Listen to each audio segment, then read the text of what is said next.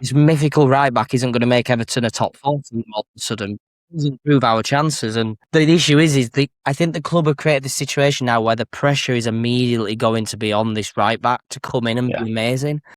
Yeah. It's like you didn't need to do that.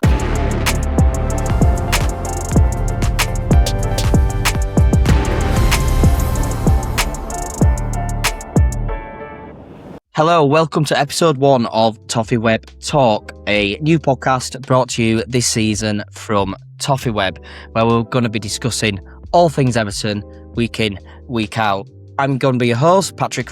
You may know me from some of my articles over on ToffeeWeb, and I'm going to be joined this season, I'm supposed to say, by our co-host, John Shea. Yeah, thanks, John, for joining me and agreeing to join me. And we're going to have myself and John this season. We're going to be having a rotation of guests as well coming on. Some really exciting ideas. We hope that you guys are going to love this podcast. And John, speaking of the season's almost upon us. We're 3 days out as we record from the Crystal Palace game. Mm. What's your feelings quickly on pre-season, how that's gone, and just kind of looking ahead to the season generally? Do you think Everton are in a good place after this pre-season campaign? I think we're in a decent place. I wouldn't say we're all there. I've not seen all the games, but I think what you want to see is an improvement in individual performances, and obviously I think we have got that. Obviously, there was a big reaction after the Stoke game after we got beaten compared to the Newcastle game. I think there has been a decent improvement. Me personally, I don't take too much into pre-season results, to be honest. I think it's more about getting fit and stuff like that. For example, if we'd have won all our pre-season games, I wouldn't be going to the season thinking, what are we going to do this season? We're going to get Champions League and all that. I like to see individual improvements. I like seeing players like Barry Middlesbrough perform. I like the look of Patric and Tyler Dibling. That's more what I look for. I don't really take much notice of the results, to be honest. I think we're in a decent place. I mean, there's obviously a lingering issue at right back, which obviously we'll talk about more in a bit. But I think, I'm confident enough going into the first game to think that we can get off to a decent start, Yeah, I think I agree with you. Obviously, it's and I've written about this as well, it's hard not to, you don't want to get up and down in pre-season. Yeah. And I think especially early on, that's pretty easy. Like I watched a bit of what, the Dundee game and the Bolton and Stoke matches, but you're not really paying too much attention. But I guess what we saw was because of a lot of frustration maybe at that point with Everton's lack of transfer business at the Stoke game. I don't think Nørgaard had come in by then, had he? We hadn't had this August flurry that we'd had. We'd only seen Aidan Hackney and Tyreek George come in, and Merton will obviously stay on his permanent deal. So really only one new face who I think maybe played the first half or played one half against Stoke in Hackney. Played in the first games. When minutes would be managed, and I think it just maybe I think there was an overreaction to that performance in the sense of I agree. Lost late on, to a championship team, didn't score against Bolton. It all looked pretty ruthless. And I think I think it's important to remember as well that Stoke and Bolton will be a week ahead of every Premier League side because their season starts earlier. So they might run a bit further than us a couple of on the game, you know what I mean? It's natural because they're fitter than us. So yeah, definitely. I think, and it was just a case of probably that frustration then ebbing over into the overreaction that we saw. Yeah, definitely. And I think if Everton had done a bit more business, as I said, we're going to touch on that right back situation. Yeah. Maybe the reaction would have been a bit calmer. But then really, I think that was the only point. I think then, in that mini tour of Germany, I think generally speaking, especially because fans got to go over, and the fans that did go over, of course, had that, a couple of weekends away. They had a good experience. It wasn't travelling to the other side of the world. It's a relatively easy trip. Yeah. And I think we saw Everton play some decent football in those 2 games in Germany. And then obviously we came back and I think, a standout performance. Yeah. It was a genuinely really good performance, even against it was a weak Newcastle team. Yeah. And then, obviously we had Saturday, which I think overall, and we'll touch on this very quickly, I think was actually, even despite the result, a generally positive performance and a lot of chances that Everton created, didn't they? Yeah, I mean, the Harrison Armstrong one just sticks in my mind. I can't believe he missed that. But he's had a good pre-season as well. It was a decent game, that one. It was a nice one to ease us into the season, I think, that Lille game. And it was nice to see Ndiaye score and not much celebration, but it was nice to see him get on the score sheet. I mean, disappointing to lose in the last minute, but I'm not going to lose any sleep over it. The real stuff starts on Saturday. That's the most important thing. Getting getting everyone up for that.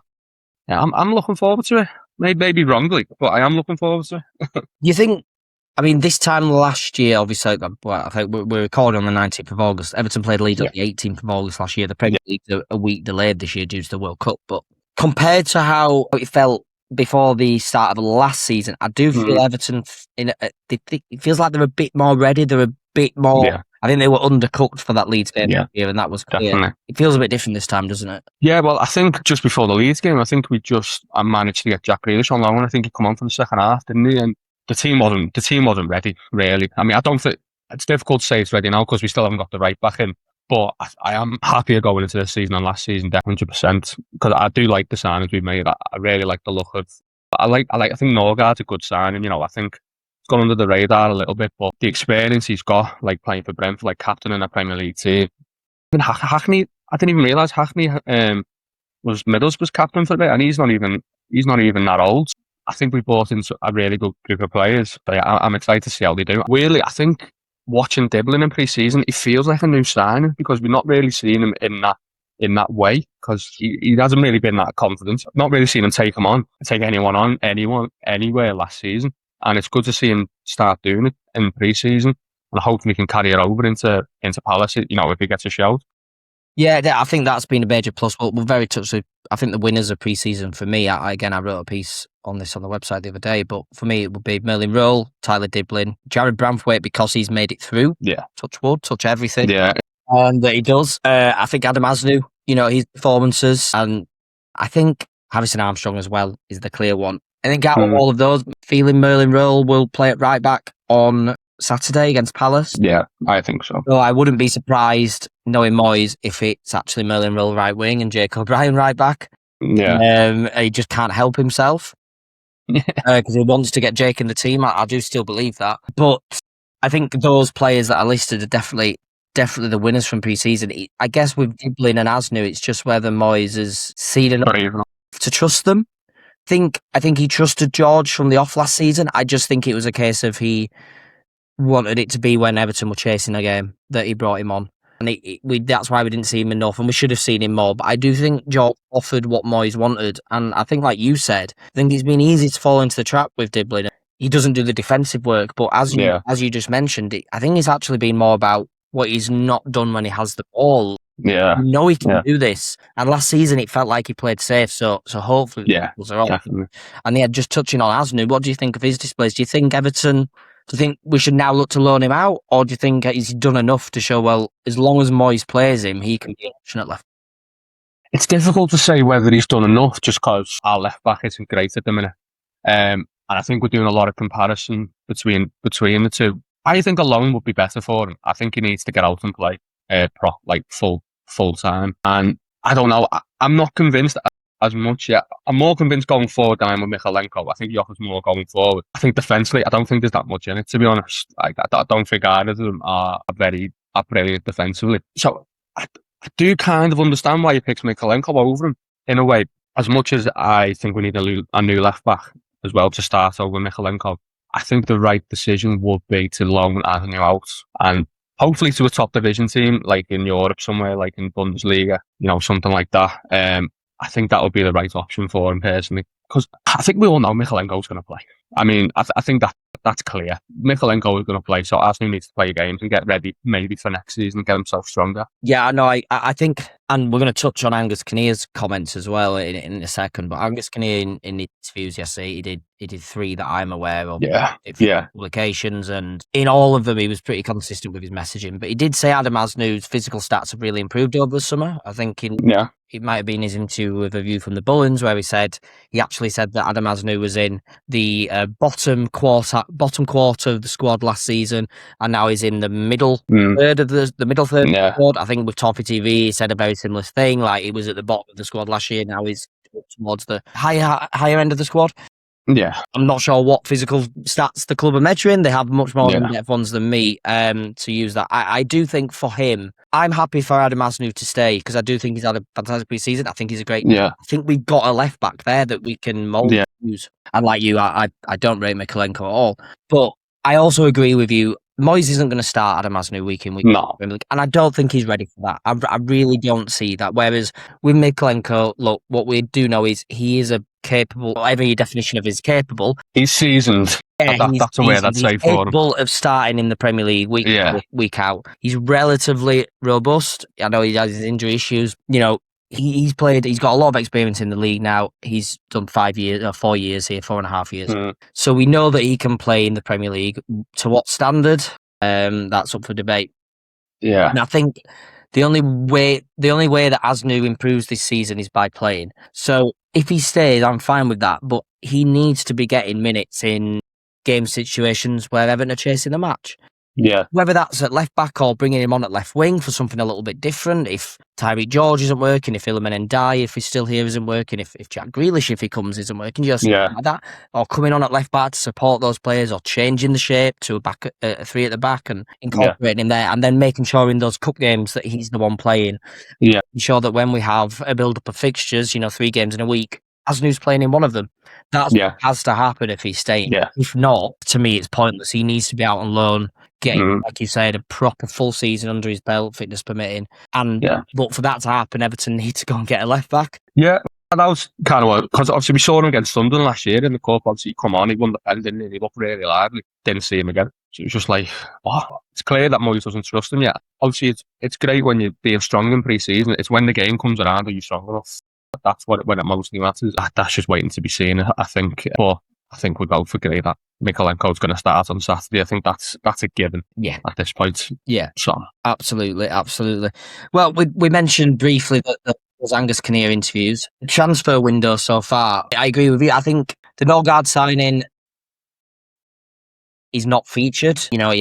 He wasn't injured when he signed. I think we should stress that, or as far as it's reported anyway, and as far as my understanding is, he wasn't injured when he signed. He sustained a slight muscle injury in his first training session, and Everton were just very careful and have decided to pull him back. And he's confirmed on Monday, I think, with the Men in Blazers podcast, that he wouldn't be playing against Palace. But, he's a signing for the next 2 years at least. Not, to me, a signing that we need to lose our heads about, that he's not in the team. But it is frustrating because we're going into we're well stocked in midfield. We're very well stocked in midfield. Yeah. The irony is we're going into the first game of the season with 3 central midfielders, maybe 4 at a push. Probably our best midfielder out as well. Yeah, with Garner. Best midfielder out, our most experienced midfielder out. Yeah. But, I think we like the look of that midfield, but there's maybe a lack of protection in there as it stands without Nørgaard and Garner. But what do you think of the transfer window? What do you think of the business that we've done? Let's start with that. The business that we've done before we touch on the business that we haven't done yet. I'm quite happy with it, to be honest. I like the sign of Hackney, Rowe. I like our options in the wing now. I think we look a lot more threatening in the wide areas, and I think it was important to get George in just to add a bit of pace, and I think he's shown that he is very, especially I was very impressed with him against Newcastle. I think he was really lively, really quick, scored a lovely goal. I'm happy thus far, but I'm not in any way satisfied yet. Definitely need more, and I think I'm confident we'll get it right. I'm confident we'll get it right back. I mean, maybe that's silly, and maybe I'm listening to Angus Kinnear him telling me that he was confident as well. But I am confident we'll get someone in. I think from what I've seen of the players in pre-season, particularly George, I've been very impressed with. I think it was a no-brainer to get him back, really. Obviously, we've seen glimpses of him last season. It was an absolute no-brainer. And he could start the season. I mean, do you think he'll start against Palace, George? I think that's the big question, isn't it, as it stands? It's always that thing, the last game of pre-season feels like that's the team that pretty much, injuries permitting, starts the first game of the actual campaign, doesn't it? Yeah. And so to see Dibling was a bit of a curveball. Now, if Everton were playing away from home, I have no doubt that David Moyes would put Merlin Roll on the right wing. I'll put Jacob Bryan at right back. As I mentioned, I still have a feeling he might not be able to help himself, but I do think maybe with the way Dibling and George performed through pre-season, especially the last 2 weeks, I think if he doesn't, first game of the season at home, I think he's maybe inviting pressure onto himself as well, and I think he knows that. So I think it will be one of those. I think the issue then becomes Ndiaye, because I think Moyes has it in his head that George plays left wing, but Ndiaye plays left wing. Yeah.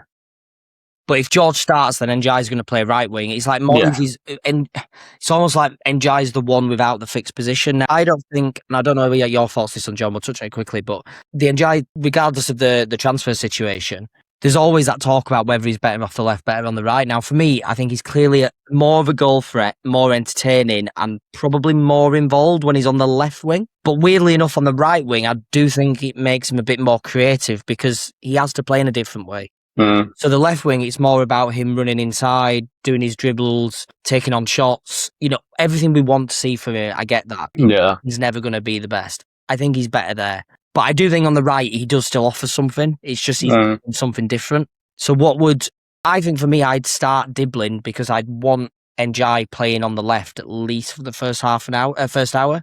And then maybe you bring on George to add that little bit of a threat. And I'm thinking he's where to get the best out of Ndiaye.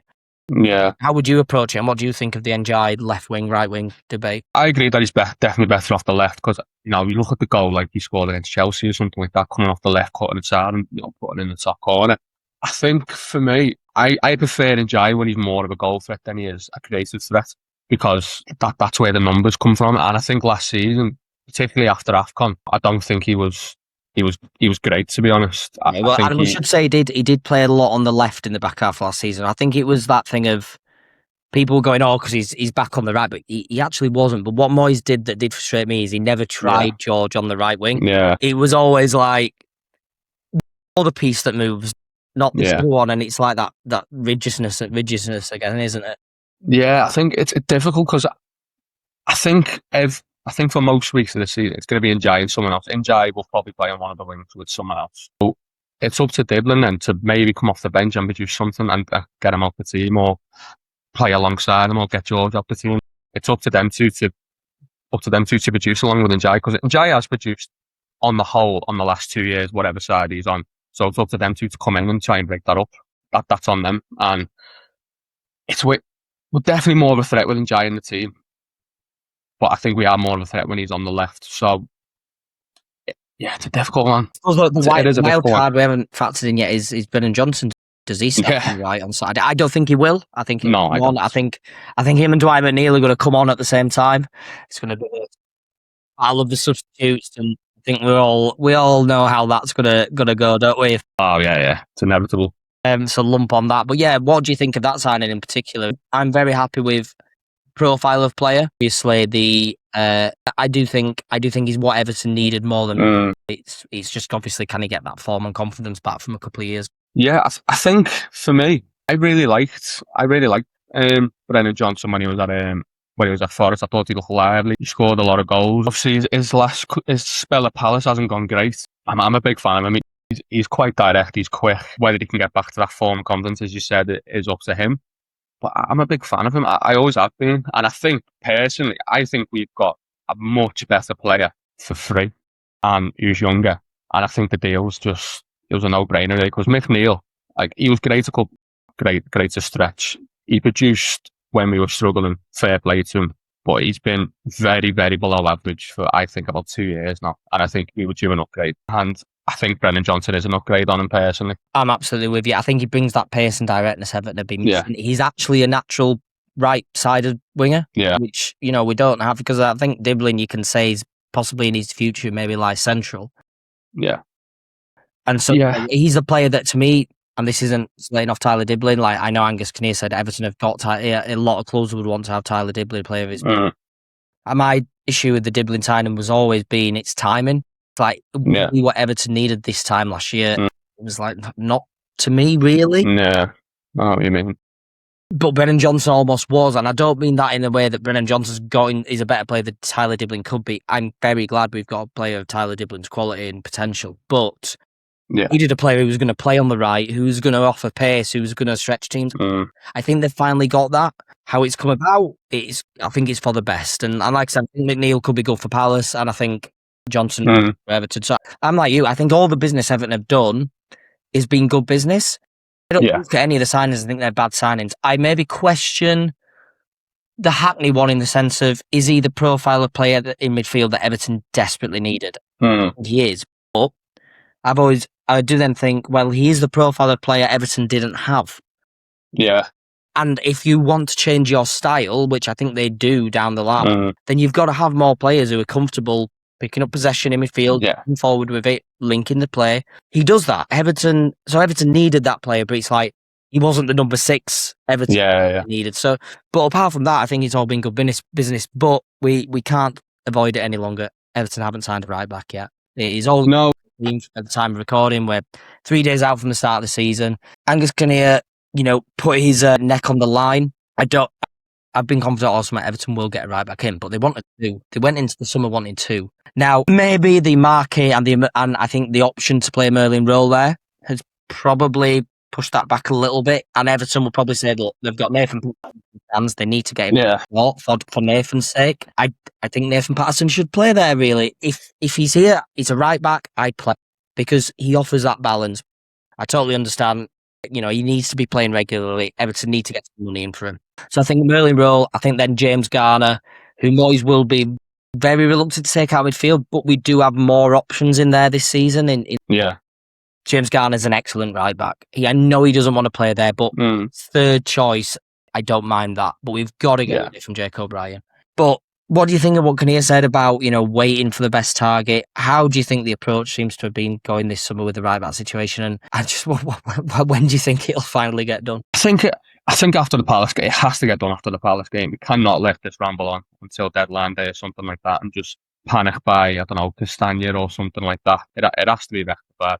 I think like you, I find it hard to judge what he said about the right back situation until it's done. So he can sit there and say what he wants about it. Until I see it, I'm not gonna really believe what he's saying. I think it's ridiculous that we haven't got one in at this stage, at least one in at this stage to start against Palace. But as you mentioned, obviously we have players who can make shift and play there, but again, it's kind of like square pegs a little bit because you need a natural right back. And when you watch Nathan Patterson, even though I don't think he's the greatest right back, the team is so much better because of the balance, I think, that a right back gives you, because he's a right back, he's a natural right back. So we watched a lot of Jake O'Brien last year, and eventually, I think when he first got put in there under Moyes, I think he done quite well. Last season, he just got found out because he's a 6 foot ginger Irish centre back, and that's ultimately what he wants to be as well. And to not have one in at this point, I think it's ridiculous, to be honest. But having said that, I do think we'll get one in. So I'm not going to go overboard about it. I think it's almost inevitable we have to get one in. We have to get one. Yeah, they will get one in. I do worry, that they are clearly down the list. I think that the irony is they're clearly down the list, yet their number one target, the one that I think everyone in this Angus Kinnear doesn't want it to be called a transfer committee, apparently, but everyone involved in the transfers at Everton, manager included, seems to have been set and aligned well before the start of the summer that Due was the number one right back target. Look, I know they've watched him for a long time. We're going over it past a year now. That to me was a deal that should and could have been done in January, but for whatever reason, whether Everton didn't want to push the boat out in January in terms of spend, or they couldn't push the boat out in terms of spend. Now, I'm not saying TFG are not investing, because they are clearly. Yeah. But Everton have CR constraints. In January, they had PSR constraints. I don't think there was much money there in January. If there had been, I'm cutting them some slack there, because if there was, to me, you have to go out. January was the time to do it. There was a lot of talk of keeping powder dry for the summer, not going on a target we weren't sure on. That was even referenced in some of those Kinnear interviews. Yeah. To me, January was actually the time to do it, because I think if you sign a starting right back in January, Everton's chances of qualifying for Europe increase tenfold, because it's such a glaring issue. No, I agree, because we were in a decent position come January. we were by the end of March, so we can't be saying that it was all on that, because they had 2 months and have still plugging along nicely. But when push came to shove and it really got weak, the defence became an issue, and Moyes wouldn't switch it up, because he was like, well, I haven't got an option at right back, even though he did. He should have just used Patterson or played Rowe. Yeah.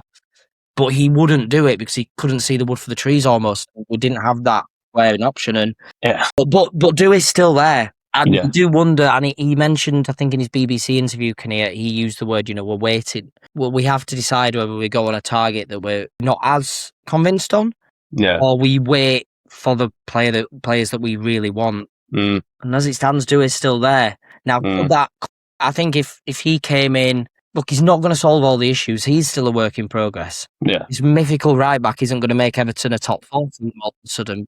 improve our chances. And the issue is I think the club have created this situation now where the pressure is immediately going to be on this right back to come in and be amazing. Yeah. It's like you didn't need to do that. And No. Daniel Muñoz to me is a fantastic right wing back. I do get the argument that if you're going to spend 20 million or 18 million on a 30-year-old, like a lot of fans went wanting the complete opposite of that. Yeah. You know, and then I did find the online discourse last week when everybody seems to be losing their heads over this talk that David Moyes was umming and ahhing on it. Well, I'm like, well, I mean, can he really do right for wrong at the minute? Because do we want to be spending 18 million on a 30-year-old? As I think he is, who, even though I'm sure he can play right back and he has done it for Colombia, whose best performances in the Premier League have come as a right wing back in a very specific system. I crunched some of the numbers, and I know numbers aren't for everybody. These are basic ones. I'm not going to cite them now. Muñoz ranked very highly in certain categories, defensively and offensively, among Premier League fullbacks last season, or even over the last 2 seasons. I think I did it back to just to get a broader range. The other fullback that ranked very highly in all of those metrics was Tyrick Mitchell, who was his opposite wing back at Patric. Right, yeah. Would we say Tyrick Mitchell's a good player? Would we say he's the best left back in the league? No, and it just shows how important. I think these metrics were stuff like duels and tackles. Right. And if you're higher up the pitch and you're pressing, you're going to be making more tackles. You're going to be contesting more duels, and you're going to be winning more. It's just how it works. It's like central midfielders are going to be doing a lot of that.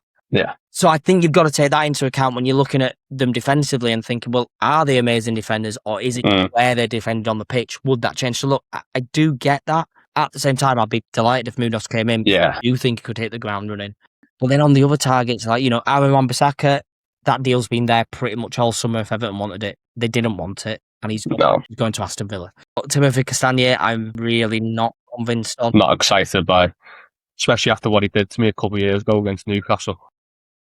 Yeah, I don't want to see his face again. Thank God for Nick. Yeah. For Castagne, I'm not sure he's of the required quality. If he was coming in as a player who is almost a backup and can play right back and left back, which he can do, fine. He's one of two, fine. Yeah. Links to Rico Lewis have kind of gone away, but I do have a feeling there's still some interest there, but it's that height. Because Thatcher, he doesn't really seem to fit the bill. Yeah. And then there's not, Alistair Johnston. I don't think he's going to happen now because of the injury. Yeah. I think the first one through the door has to be the starting one, because there's no guarantee you're going to get another one. Exactly. With this long left. So the first one through has to be the starting one. And if it was Castagne, for example, if you're not against him, that's not going to fill anyone with any joy, shall we say. It's not going to give anyone a lift going, I've got this right back. It's not.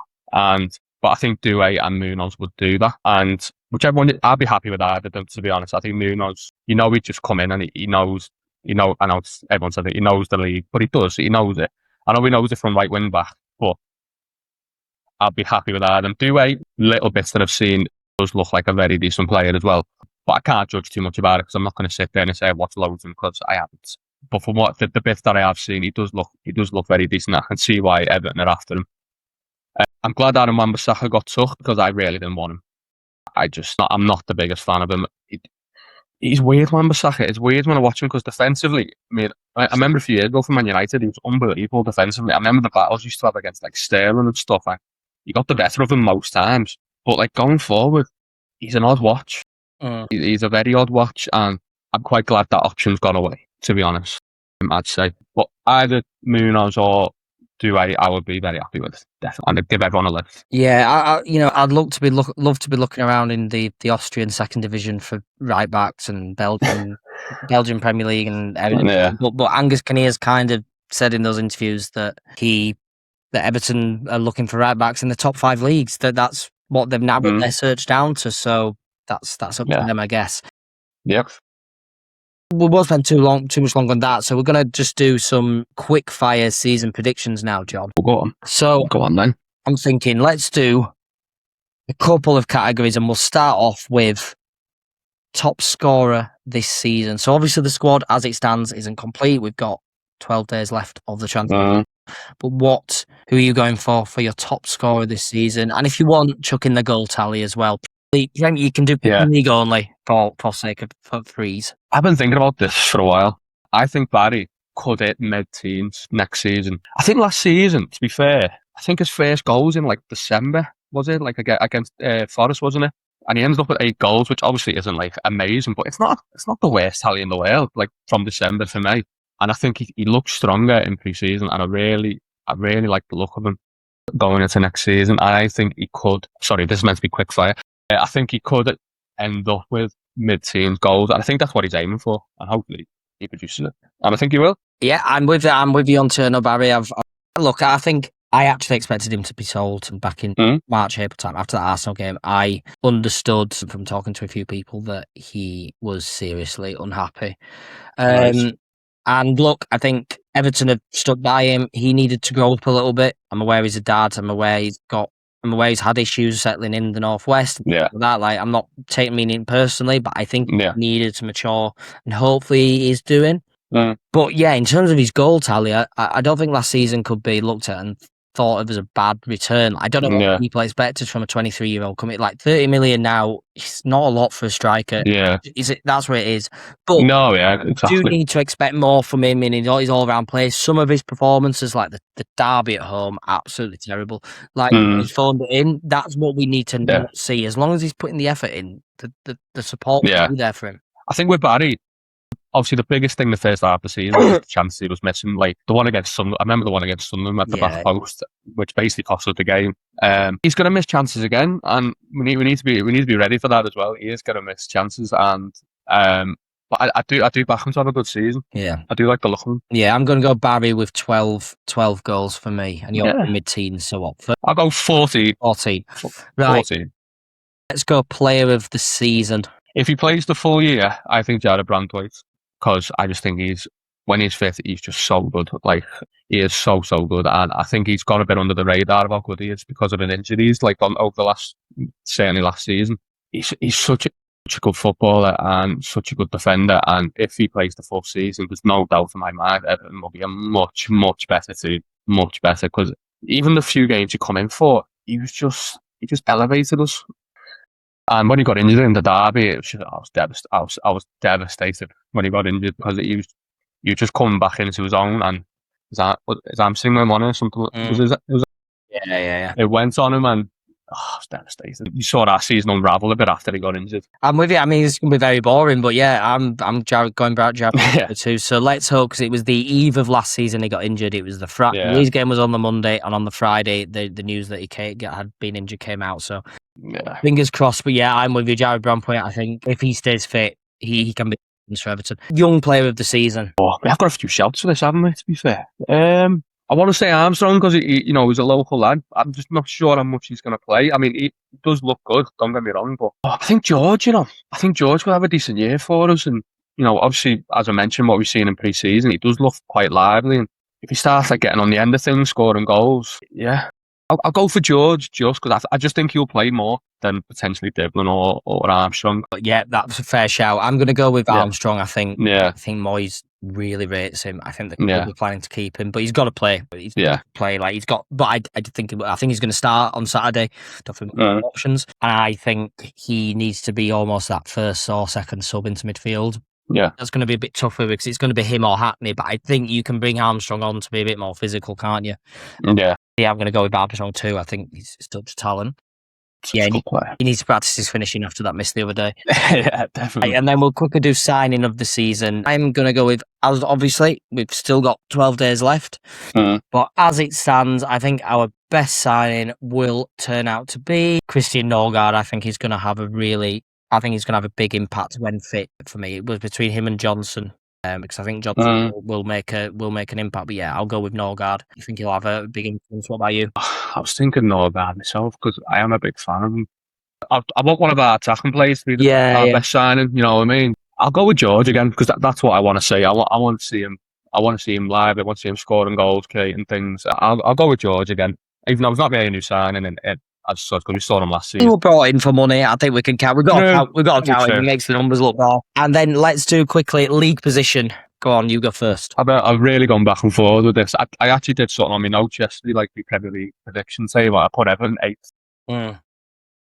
I just think this season is such a good opportunity for someone because how many teams have changed managers? After league change managers, I think, are in the league. Yeah. 9 new managers, a lot of them are in the top 6. Not saying they're all going to fall off massively. There is a big chance there to mess that up, because if you're a settled team and you're going up against teams that aren't potentially as settled, there's a big chance to get in Europe, and definitely we need to be challenging for it. 100%, we need to be challenging for it at the very minimum. But there is an opportunity there to go in there and break it up, and I want Everton to try and do that. Yeah, so I'm going. Yeah, I'm gonna go 10th. Yeah, maybe that'll change.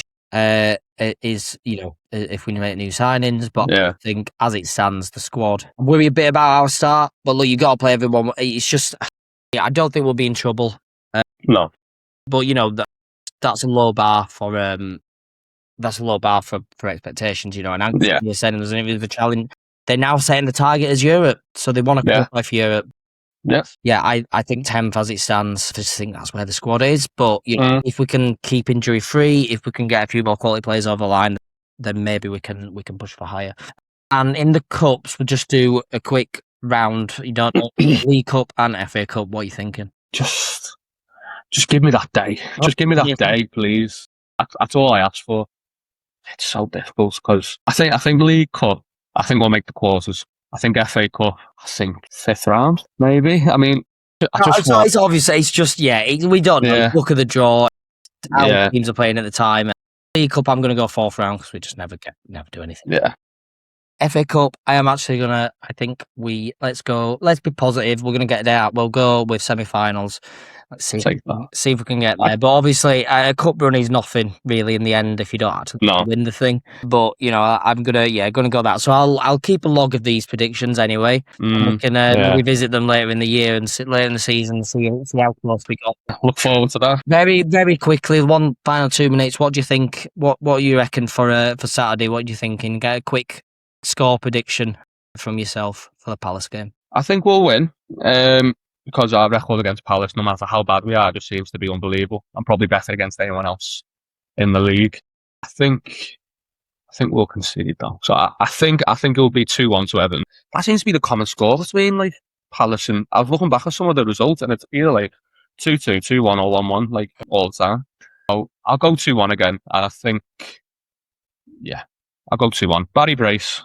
Getting running in the Golden Boot race. I'm gonna go. I'm gonna be a bit more negative. I'm gonna go 2-2 draw. I do think we'll score. I think, like I said, I don't fancy our defence to keep them out. But goal scorers, I will go with Barry getting 1, and I will go with Keenan Gisby Hall getting another.